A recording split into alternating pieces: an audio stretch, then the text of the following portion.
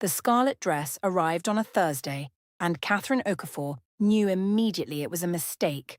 Not the dress itself, that was perfect, bold silk that caught the light like liquid fire. The mistake was standing in her tiny Seoul apartment, holding a garment that cost more than 3 months' rent, sent by a man she'd refused 4 times already.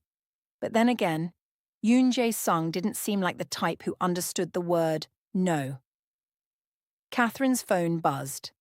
Unknown number. Did it arrive? His voice was smooth, confident, the kind of voice that expected things to go his way. Mr. Yoon, I already told you. Jay. And you told me no. 4 times, actually. I'm keeping count. There was amusement in his tone, but something else too. Something that sounded almost like desperation. Just hear me out. 5 minutes. That's all I'm asking.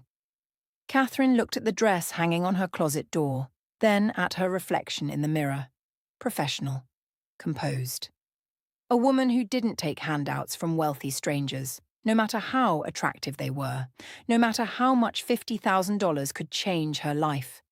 And if you're wondering how a sommelier at Seoul's fanciest restaurant ended up holding a designer dress sent by a man she barely knew, well, hit that subscribe button because this story gets wild. Drop a comment and tell me what you'd do in Catherine's position, and don't forget to like this video. Trust me, you'll want to see how this ends.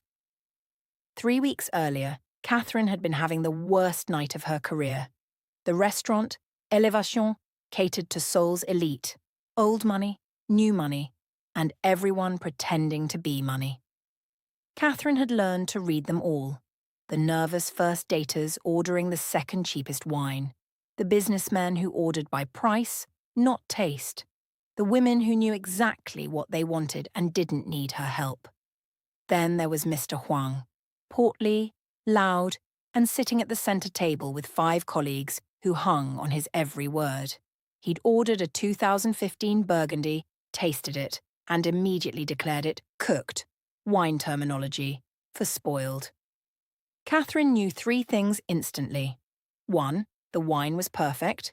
2, he was showing off for his table. And 3, he expected her to back down because that's what people like her did for people like him. Sir, I assure you the wine is... Are you questioning my palate? His voice carried across the dining room. Conversations paused. All eyes turned to watch the sommelier get put in her place. Catherine's smile never wavered. Not at all.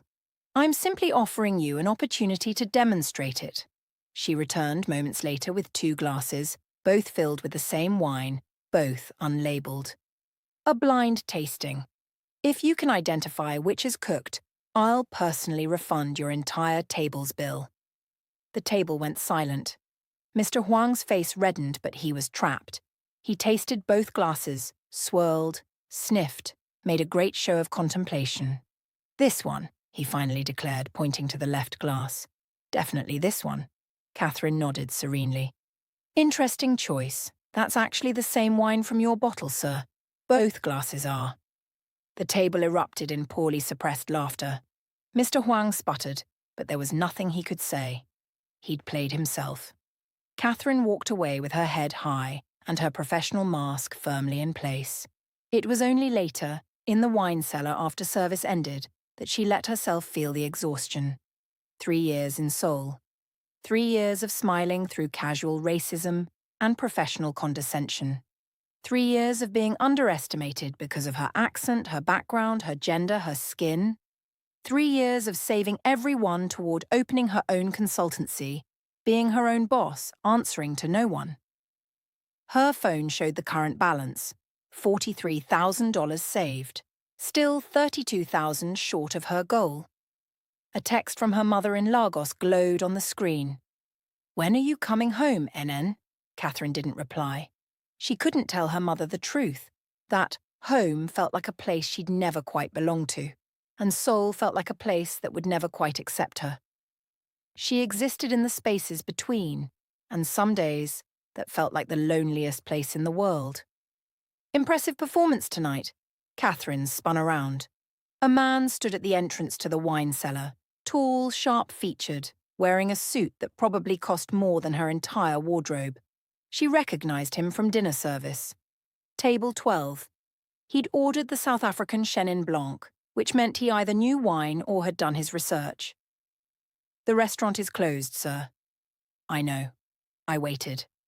He stepped closer, and Catherine instinctively catalogued her exits. But his body language was careful, non-threatening. "I'm Yoon Jae-sung. I saw what you did with Mr. Hwang. I was doing my job. No, you were putting an arrogant man in his place without him even realizing he'd been put there. That's art." He pulled out a business card, set it on the wine rack between them. "I have a proposition for you." Catherine didn't touch the card. "I'm not interested in propositions from strangers in wine cellars at midnight." A ghost of a smile crossed his face. "Fair. Then let me make it not strange. $50,000 for one evening of your time. Completely professional. Completely above board. And before you say no, I should mention, I know you're 32,000 short of opening your own consultancy." Catherine's blood went cold. "You've been investigating me?" "Due diligence. I needed to know you couldn't be easily bought or intimidated. Turns out I was right on both counts." He gestured to the card. "My number. Think about it. No pressure. But Catherine, I promise you, what I'm offering is strange, possibly insane, but it's also completely legitimate. And it might be the most honest business transaction either of us ever makes." He left before she could respond, his footsteps echoing up the cellar stairs. Catherine stared at the business card for a full minute before picking it up. Yoon Jae-sung, CEO, Yoon Capital. She knew that name. 6 months ago, it had been all over the news. Embezzlement scandal, investigation, public disgrace. His fiancée had left him. His company had nearly collapsed. Then, just as suddenly, he'd been cleared of all charges. The media had moved on, but the damage was done. A man who'd lost everything and somehow survived. Catherine pocketed the card and told herself she'd throw it away in the morning. She was lying, and she knew it. The first call came 2 days later. Catherine was at her regular coffee shop, the one with terrible Wi-Fi and amazing iced Americanos, trying to review wine distributor contracts. "Ms. Okafor, you didn't call." She should have hung up. Instead, she said, "You didn't leave me much reason to, Mr. Yoon. Jay, and how about this for a reason? My ex-fiancée is getting married in 3 weeks. To the son of the family that destroyed my reputation to cover their own crimes. The wedding is designed to be my public humiliation. Proof that she upgraded, that I'm yesterday's news, that I'm broken." Catherine stirred her coffee, saying nothing. "I could go alone," Jay continued. "Show up, smile, prove I'm fine. But that's what they expect, what they want. Confirmation that I'm still hung up on her, still bleeding from wounds they inflicted. So you want to bring a date to prove you've moved on? I want to bring someone extraordinary, someone who can't be bought, intimidated, or controlled. Someone who'll walk into that room and remind everyone, including me, that their opinion doesn't define worth." Catherine hated how much those words resonated. "You're looking for a statement. I'm looking for a partner." His voice softened. "Look, I know how this sounds. Rich guy trying to make his ex jealous. But that's not what this is. I don't want her back. I don't want revenge. I just want to walk into that room and not feel like I'm drowning." Something in his voice, vulnerability maybe, or exhaustion, made Catherine pause. "Why me?" "Because yesterday I watched you dismantle a man's ego with nothing but grace and a blind wine tasting. Because you're brilliant and fearless and you don't play by their rules. Because when you smile, it's real. And in my world, nothing is real anymore." Catherine closed her eyes. This was insane. She knew it was insane. 50,000 for one evening. Plus expenses, designer dress, shoes, jewelry, whatever you need. Full contract, lawyer reviewed, ironclad protections for you. You control your narrative. You can walk away at any moment. And Catherine? He paused. "I'm not asking you to pretend to be in love with me. I'm asking you to be exactly who you are." That's terrifying enough for their world. She should have said no. Should have hung up, blocked his number, gone back to her safe, predictable life of saving pennies and swallowing pride. I need to think about it. Take all the time you need. The wedding is in 21 days. He hung up before she could respond, which was probably smart. If he'd kept talking, she might have said yes, and saying yes to something this crazy required at least pretending to be rational about it. Catherine lasted 6 hours before she called her best friend Amara in New York. It was 4 a.m. there, but Amara answered on the second ring because that's what best friends did. Someone better be dying. I think I'm about to do something incredibly stupid.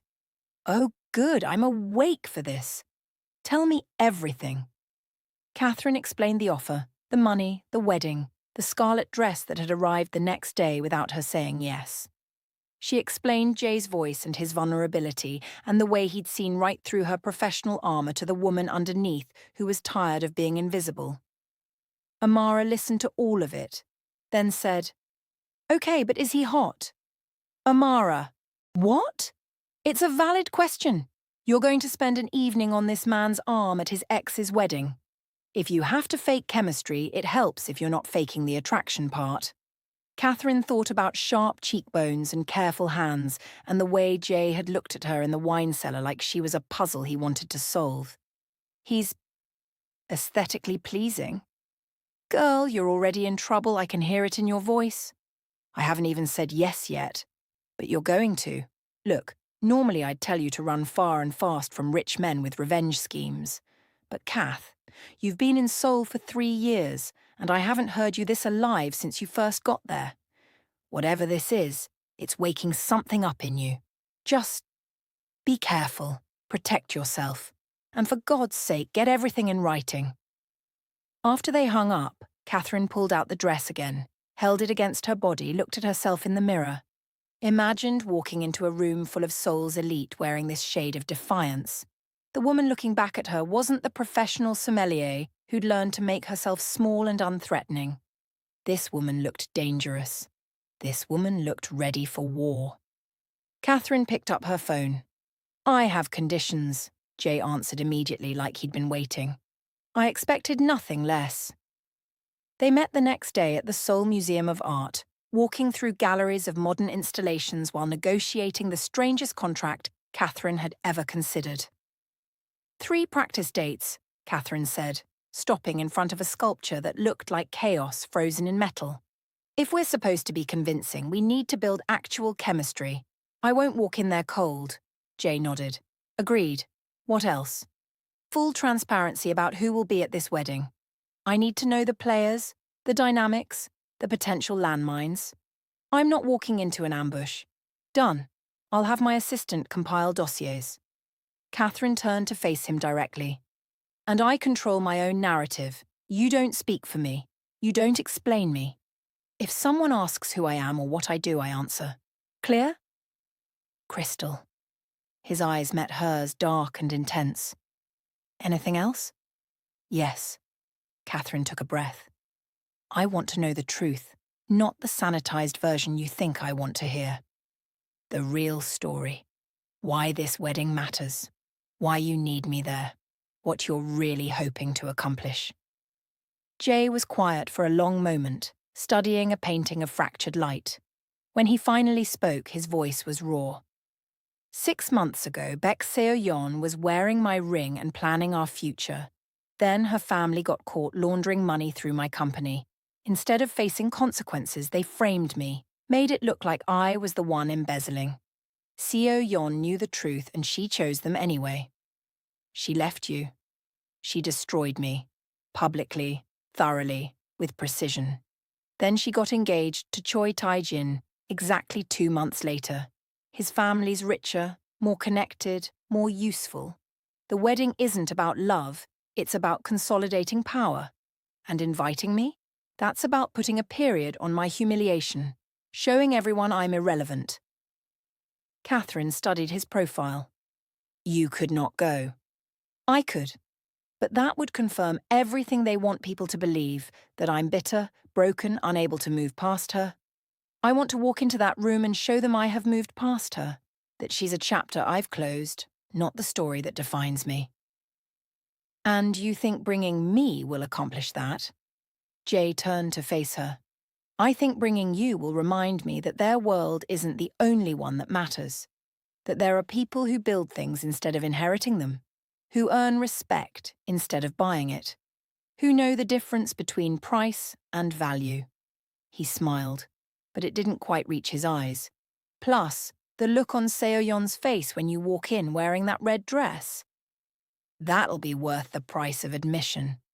There it was, the revenge he'd denied wanting. Catherine appreciated the honesty. Okay, she said. I'll do it. But Jay, this doesn't make us friends. It makes us business partners. Don't confuse the performance with reality. Wouldn't dream of it. They shook hands. His grip was firm, warm, and lasted exactly 1 second longer than professional. Both of them noticed. Neither acknowledged it. If Catherine had known then what she knows now, that handshake was the beginning of the end of everything she thought she understood about herself. But hindsight is cruel that way. And if you're still watching, drop a like on this video because what happens next is absolutely unhinged. The first practice date happened 3 days later at Jay's penthouse. Catherine had expected wealth, but this was something else. Floor-to-ceiling windows overlooking Seoul, furniture that looked like art installations, a kitchen so pristine it had clearly never been used. The whole place felt like a museum, beautiful and cold and utterly lifeless. Jay greeted her in jeans and a sweater somehow more devastating casual than he'd been in a suit. Wine? I have a 2019 Stellenbosch Chenin Blanc. I think you'll appreciate. Catherine raised an eyebrow. You remembered. You seemed pleased when I ordered it at the restaurant. I pay attention. He poured 2 glasses and they settled into chairs that probably cost more than her entire apartment. The view was stunning, but Catherine found herself watching Jay instead. The way he held his glass, the tension in his shoulders, the careful way he seemed to be measuring every word before speaking. So, Jay began, we need a cover story. How we met, how long we've been together, the details that make it believable. For the next hour, they invented a relationship. Art gallery in New York 6 months ago. He was acquiring a sculpture. She was consulting on the gallery's wine program. They'd argued about a Rothko, found themselves having coffee to continue the debate, and somehow 3 hours had disappeared. Long distance at first, video calls and texts, then she'd relocated to Seoul 3 months ago. The lies came easily, which should have been a warning. They invented their first real date, a museum, champagne after. Their first fight. She'd called him pretentious about modern art. The moment he'd known he was falling for her, she'd laughed at something no one else found funny and the sound had undone him. We need a song, Catherine said. Couples have songs. God, do we have to? Seoyeon will ask. She'll test you on details like that. Jay thought about it. Billie Holiday. The very thought of you. It was playing at that fictional gallery. You knew all the words. Catherine felt something shift in her chest. That was her favourite song, the one her father used to play while cooking dinner, the one that meant home even when home felt complicated. How did you... Your social media. You posted about it 8 months ago. Quote, some songs don't just touch your soul, they remember it. He looked almost embarrassed. I told you I did my research. They kept building the fiction, and somewhere in the process it started feeling less like construction and more like excavation. The invented memories revealed real ones. When Jay described their fictional argument about art, Catherine found herself sharing her actual complicated relationship with her parents' expectations. When Catherine invented a story about them cooking together, Jay admitted he hadn't cooked a real meal since Seoyeon left. She used to plan everything, Jay said, staring into his wine. Every meal, every event, every moment of our lives. I thought it meant she cared. Turns out it meant she was in control. When the scandal hit and her family cut me loose, I realized I didn't know how to make a single decision without checking if it fit her vision first. Catherine set down her glass. That's not love. That's architecture. What's the difference? Love builds space for you to grow. Architecture just builds cages that look pretty. Jay looked at her then, really looked, and Catherine felt exposed in a way that had nothing to do with clothing. Is that what happened to you? Someone tried to put you in a cage?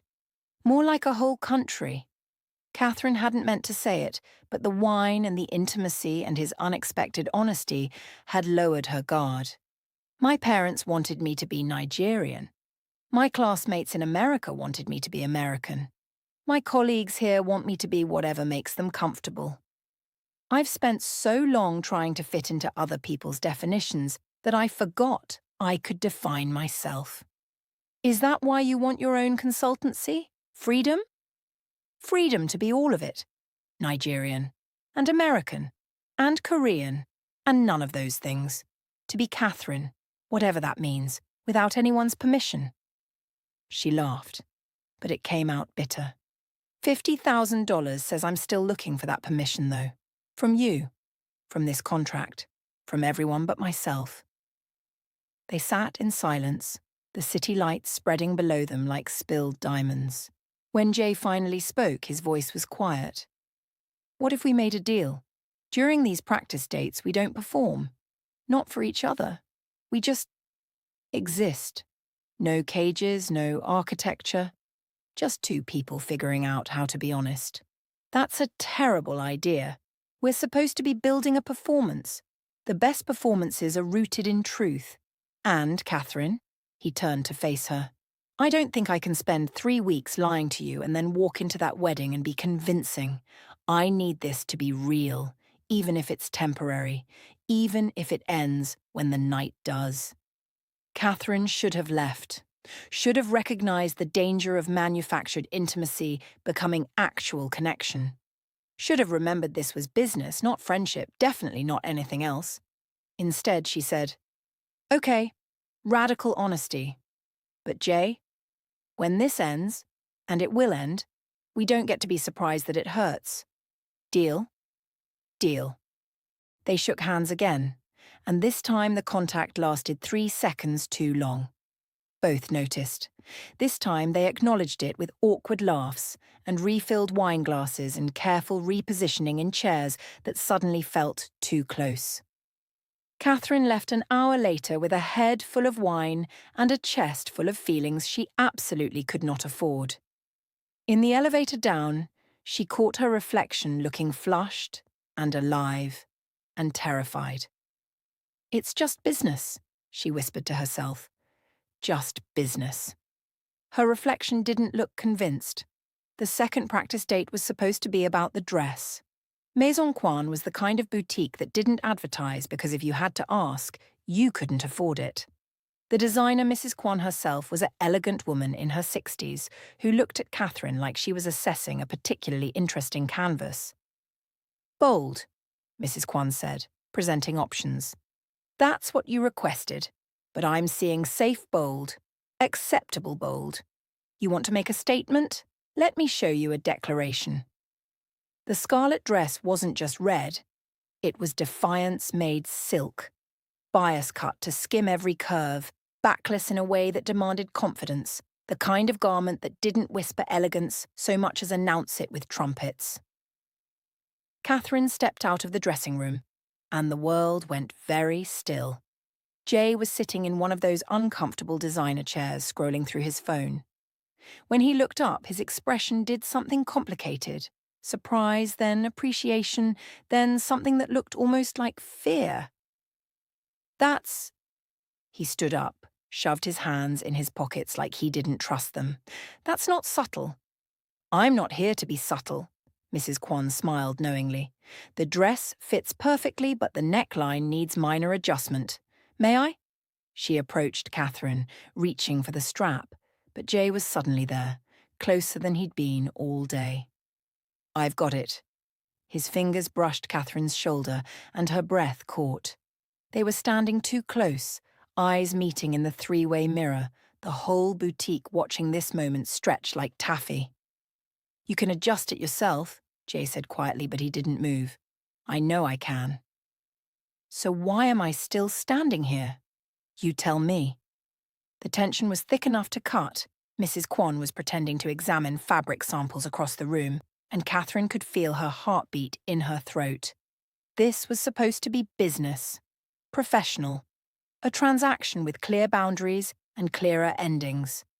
Jay's fingers fixed the strap, the touch lasting exactly 2 seconds longer than necessary. There. Perfect. He stepped back, and Catherine could breathe again. We'll take it, Jay told Mrs. Kwan, his voice carefully neutral. And Catherine chooses her own jewellery, whatever she wants. Mrs. Kwan brought out options, elaborate diamond necklaces, statement pieces that screamed wealth. Catherine rejected them all and chose a simple gold chain with a single pearl. That's it? Jay asked. You could have anything. The dress is the statement, everything else is just noise. Catherine met his eyes in the mirror. I don't need borrowed wealth to feel valuable. Something in Jay's expression cracked open. No, you really don't. They were interrupted by Mrs. Kwan's assistant calling about a photographer across the street. Through the window, Catherine could see someone with a telephoto lens pointed directly at the boutique. Jay's entire demeanour changed, the warmth vanishing, replaced by cold fury. They're already watching. Who? Seoyon's people, making sure I'm actually bringing someone, documenting it, probably already running background checks on you. He pulled out his phone, jaw tight. I need to make a call, excuse me. He stepped outside and Catherine watched through the window as he had what looked like a very tense conversation. When he came back, his expression was carefully blank. I should have warned you. This isn't just about the wedding. This is about power and control and people who play very dirty games. If you want to back out, I'll understand. I'll still pay you for your time and— Stop, Catherine cut him off. I'm not backing out because someone's taking pictures. I'm not that fragile, Jay, but you need to tell me exactly what I'm walking into. No more partial truths. Everything. So he did. He told her about the evidence he had against Seoyon's family. Documents, emails, proof of the money laundering they'd blamed him for. About how he could destroy them but chose not to because it would bankrupt the company and hurt innocent employees. About how Seoyon knew he had this leverage and was daring him to use it, knowing he wouldn't.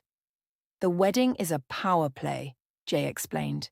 She's showing me she's untouchable, that she can ruin my life, steal my reputation, marry someone richer, and I can't do anything about it because I'm too ethical to fight back the way they do. Catherine processed this. So bringing me isn't about moving on. It's about showing her you're not broken. Isn't that the same thing? No, moving on means you don't care what she thinks. This means you care very much what she thinks. Jay looked like she'd slapped him. Then he laughed, sharp and bitter. You're right. God, you're absolutely right. I'm still letting her define my worth, still performing for her approval just in reverse. So why are we doing this? Really? He was quiet for a long moment. Because I want to walk into that room and remember who I was before she made me forget. And somehow being around you makes that easier. You don't let me hide. You don't let me perform. You see through all of it.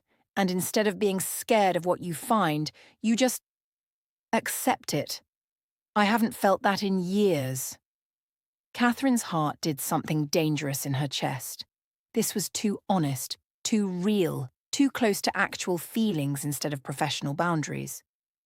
We should go, she said, because staying felt like standing on a cliff edge in a windstorm. In the car on the way back, they sat in loaded silence. Finally, Jay said, I'm sorry. For not being honest from the start. For putting you in danger. For— Shut up, Jay. He blinked. What? You're spiraling. I can see you doing it. Stop apologizing and just talk to me like a person. So he did. He told her about growing up middle class, building his company from nothing, the pride he'd felt the first time his parents saw his office. About how Seoyon had felt like proof he'd made it, and losing her had felt like losing the evidence of his own success. Catherine told him about Lagos and New York and Seoul, about feeling like a permanent tourist in every place she'd lived. About her mother's disappointed voice whenever Catherine explained she wasn't coming home yet. Somewhere in the conversation, the professional distance they'd been maintaining crumbled entirely. They weren't employer and employee anymore. They were just two people who'd accidentally become honest with each other. When Jay dropped her off, Catherine sat in her apartment for an hour, staring at nothing. Amara called. "How'd the dress fitting go?" "I think I'm in trouble. The fun kind or the disaster kind?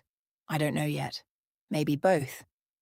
The third practice date was supposed to be the test run, a charity gala where they'd practice being a couple in public. Catherine arrived at the venue separately, maintaining the illusion of independence even as she felt that independence slipping through her fingers. The gala was everything she'd expected: champagne, designer gowns, conversations that cost more than they revealed. Catherine navigated it all with practiced ease until she saw Jay across the room. He was surrounded by people doing the social dance, but the moment he saw her, everything else seemed to fall away. He crossed to her like a man walking toward oxygen. "You came. Did you think I wouldn't?" "I hoped you would." He offered his arm and she took it, and the room noticed. Conversations paused. Eyes tracked them. Catherine felt the weight of assessment, judgment, curiosity. "They're staring," she murmured. "Let them. You look incredible." The compliment was simple, honest, and it hit her like a physical thing. She wasn't wearing the scarlet dress tonight. That was reserved for the wedding. This was elegant navy, sophisticated, safe. But the way Jay looked at her made her feel like she was wearing fire. They were intercepted almost immediately by Mrs. Park, a society matriarch with a smile like a knife. "Jay Sung, how wonderful to see you. And this is Catherine Okafor." Catherine introduced herself, offering a hand that Mrs. Park took like she was accepting something unclean. "I'm a sommelier and wine consultant." "How exotic." Mrs. Park's tone made it sound like an insult. "Where are you from originally?" Before Catherine could answer, Jay cut in. "Catherine splits her time between Seoul, New York, and Lagos. She's building an international consultancy. She's brilliant." Catherine gently pressed her foot against his. Their signal: he was being too protective, too obvious. She could fight her own battles. "Actually, Mrs. Park, I'm from all of those places and none of them. I don't really believe in originally." "Do you?" Catherine smiled, all politeness over steel. Mrs. Park's expression soured. "How modern of you." Her daughter Minji tried to salvage the conversation. "Your dress is quite bold." Catherine looked pointedly at Minji's beige gown. "Thank you. I prefer making statements to fading into wallpaper." The conversation ended shortly after, and as they walked away, Jay was trying not to laugh. "You're terrifying. You hired me for this." "I'm starting to think I should have warned them instead of preparing you." The orchestra started playing and couples moved to the dance floor. Jay hesitated. "Would you like to dance?" "I don't dance." "You said that about socializing too, and you just eviscerated Mrs. Park with a smile." Catherine sighed. "Fine, but I'm terrible at it." She wasn't terrible. Her mother had insisted on lessons, and muscle memory took over as Jay led her into a waltz. They moved together easily, naturally, like they'd been doing this for years instead of weeks.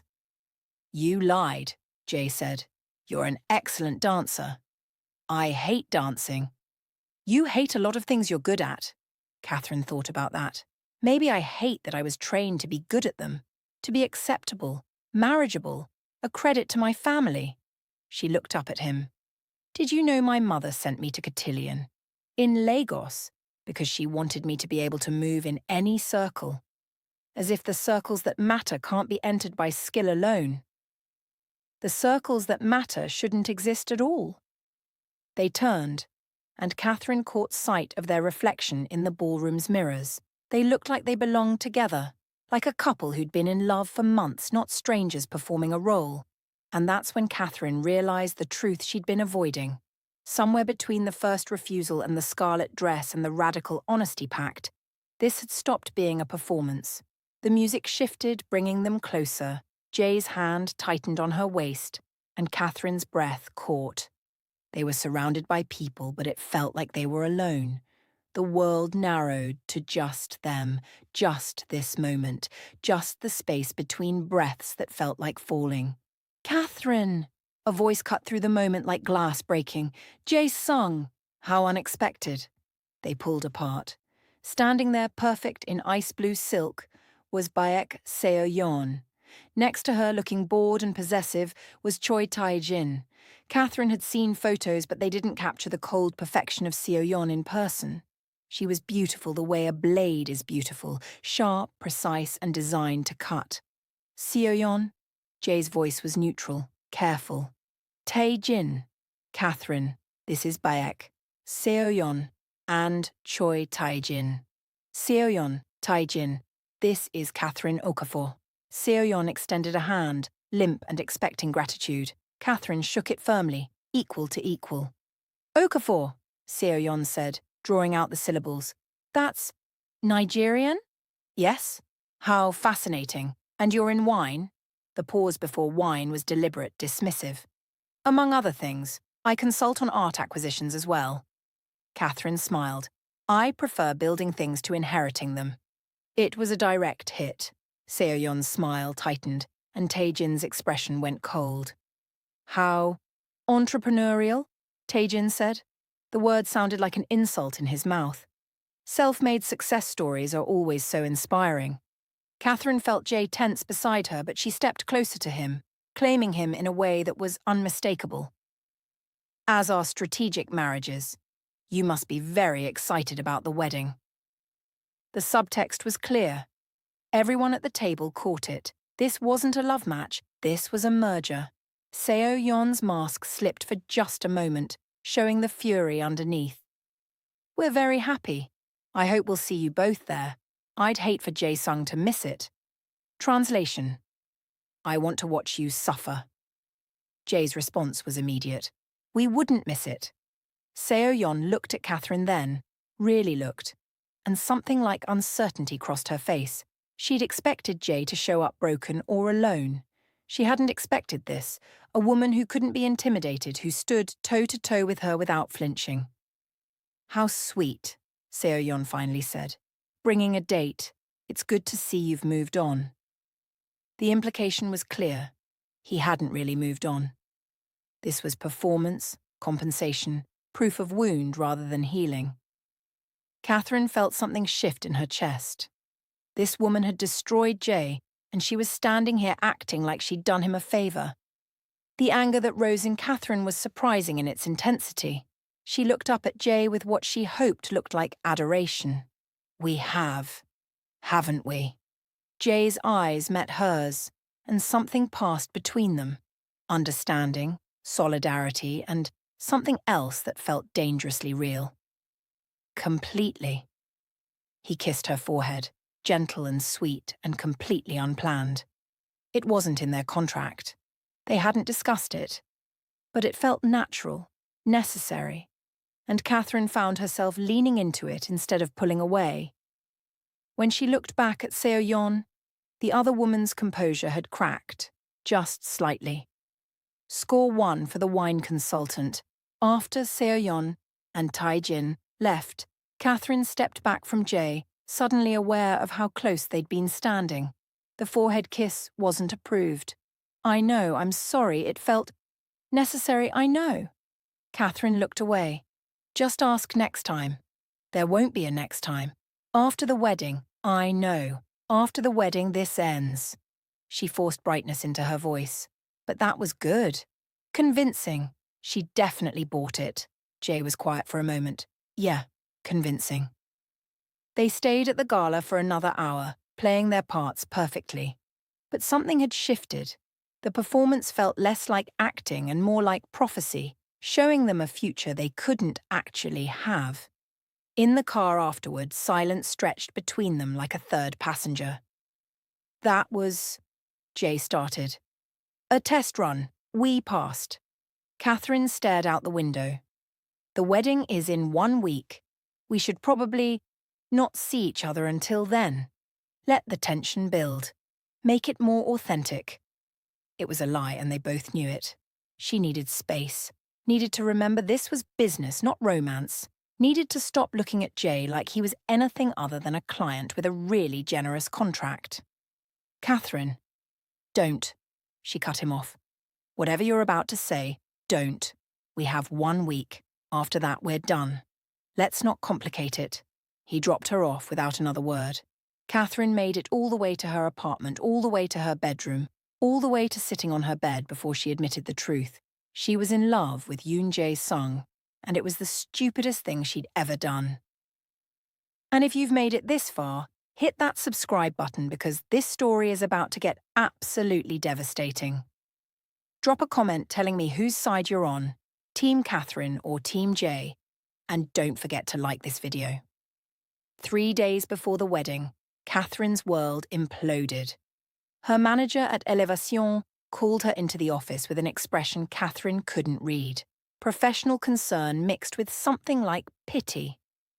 Catherine, we've received a complaint. An anonymous tip suggesting you're engaging in escort services with wealthy clients.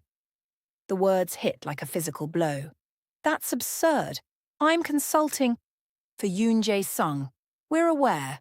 The tip was very specific, mentioned him by name, mentioned large sums of money, mentioned the wedding. Her manager looked genuinely apologetic. Look, I don't believe it, but we can't have this association with the restaurant. I'm suspending you pending investigation. Catherine felt the world tilt. You're suspending me based on an anonymous accusation? I don't have a choice. If this were to become public, it won't become public because it's not true. But even as she said it, Catherine knew how it looked. Secret contract, large payment, high-profile event.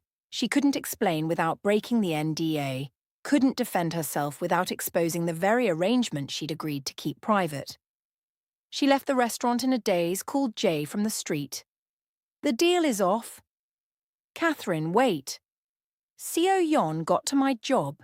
She's destroying my career the same way she destroyed yours, and I won't. Her voice cracked. This isn't worth it. I'm sorry.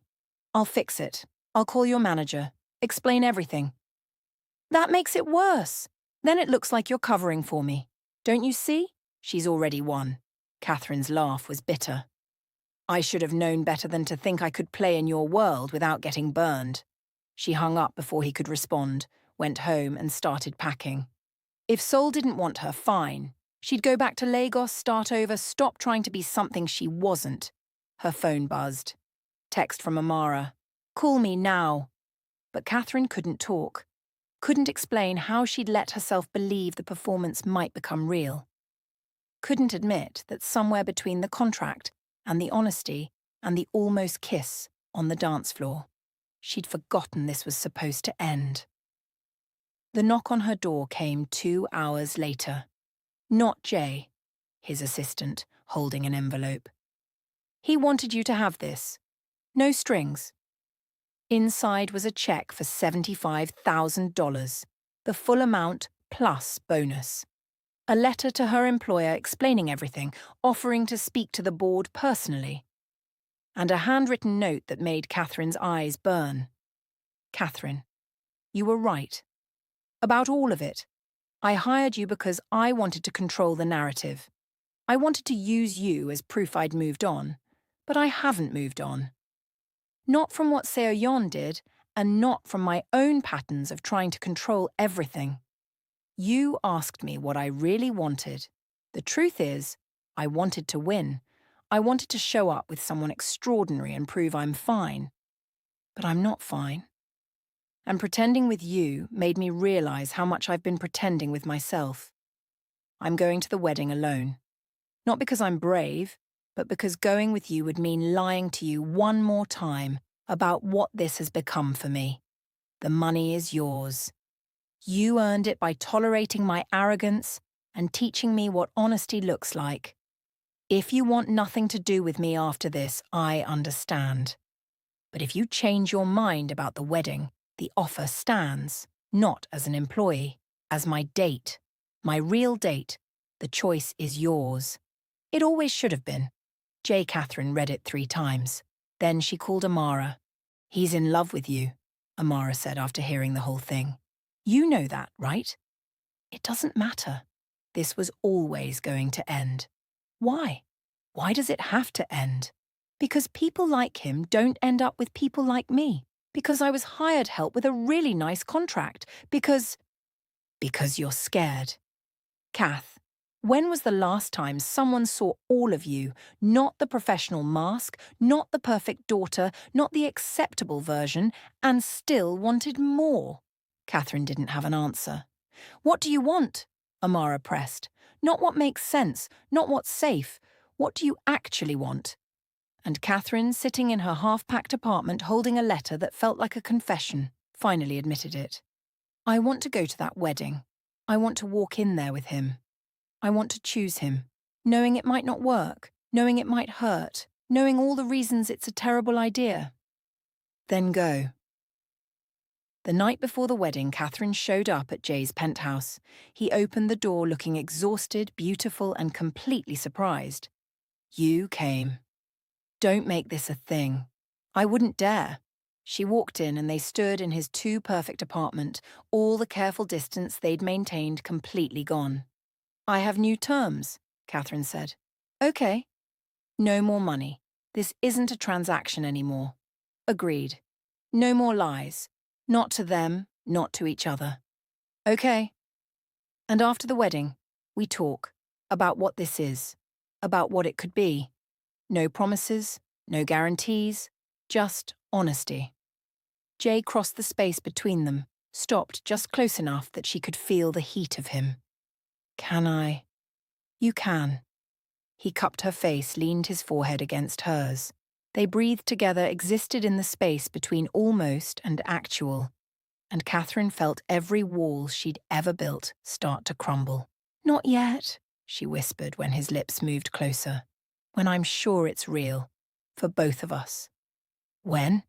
His voice was rough. After the wedding. After we stop performing. When it's just us and the truth. He stepped back and Catherine could breathe again. I'll pick you up at 6. I'll be ready. She turned to leave, then paused. Jay, wear the navy suit. It brings out your eyes. The fact that she'd noticed made him smile for the first time in days. The wedding day arrived like a storm, inevitable and electric. Catherine dressed slowly, carefully, each piece of armor fitting into place, the scarlet dress, the pearl necklace, bold red lips that said she wasn't here to whisper. When she looked in the mirror, she didn't see someone pretending to be confident. She saw someone who was done apologizing for taking up space. Jay picked her up at exactly 6, and when she opened the door, he forgot how to breathe. If you say beautiful, I'm going back inside. I was going to say devastating. In the car, they were both nervous. Professional confidence couldn't hide the fact that they were about to walk into a room full of people who wanted them to fail. Are you ready? Jay asked at a red light. No. You? Not even close. Catherine took his hand. Good. Let's do it anyway. The Schiller Hotel was a monument to excess. Crystal, gold, enough flowers to bankrupt a small country. Photographers lined the entrance. Seoul's elite arrived in cars that cost more than most houses. When Catherine stepped out in that scarlet dress, conversations actually stopped. Cameras flashed. People stared. She was a declaration in a room full of whispers, and she owned every second of it. Jay offered his arm. She took it. They walked in together, and Catherine felt the power of choosing to be exactly who she was in the exact space that said she didn't belong. The ceremony was cold, perfect, and utterly loveless. Seoyeon and Taijin said their vows like reading contracts. The kiss was performance. The applause was obligation. But when the toasts began, an awkward silence filled the room because no one actually wanted to celebrate this merger. Catherine did something that wasn't in any script. She stood up. The room went silent, all eyes on the woman in scarlet who'd already broken every rule just by existing there. And Catherine, looking directly at Seoyeon, spoke the truth that this whole charade had been avoiding. I don't know the bride and groom well, but I can speak to love itself. Real love isn't negotiated like a business deal. It can't be performed for cameras. It's terrifying and honest, and it demands vulnerability when armor feels safer. Real love doesn't need 300 witnesses. It just needs two people brave enough to choose each other, even when it's inconvenient. Even when the world says it's a mistake. She raised her glass, looked at Jay. So here's to love. Real, imperfect, terrifying love. May we all be brave enough to recognize it? The silence was deafening. Then scattered applause. Seoyeon's face was fury barely contained. Taejin stood, approached their table. That was quite a speech. Tell me, how much is he paying you? Before Jay could react, Catherine stood toe-to-toe with Taejin. You know what I've learned about wine?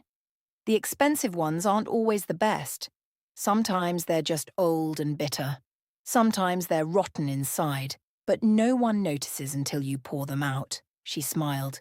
You're corked, Mr. Choi, and everyone here knows it. What happened next was chaos. Taejin lunging, Jay intercepting, security moving in. But Catherine was already walking toward the exit, head high, Jay following. They didn't run. They left with dignity, together, while cameras flashed and Seoul's elite whispered. In the car, speeding away, they started laughing. The kind of laughter that's half hysteria, half relief, entirely honest. I'm in love with you, Jay said, because apparently near violence makes people confess things.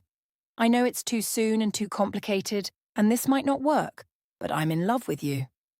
Catherine told him to pull over. By the Han River, with city lights reflecting on water, she kissed him, desperate and real, and worth every risk she'd taken to get here. This is crazy, she said between kisses. Completely. We're going to crash and burn. Probably. Good, Catherine laughed. I'd hate to be predictable. 6 months later, they're still figuring it out. Catherine's consultancy is thriving. Jay learned to cook. They fight about art and wine and whose turn it is to compromise. It's messy and honest and nothing like the perfect performance they tried to create. And that scarlet dress? It's hanging in their shared closet, a reminder that sometimes the best things in life start with terrible ideas and end with choosing love over safety every single time. Thanks for watching. Hit subscribe if you believe in taking risks for love. Drop a comment telling me your craziest relationship story. And remember, the best performances are the ones where you forget you're performing at all.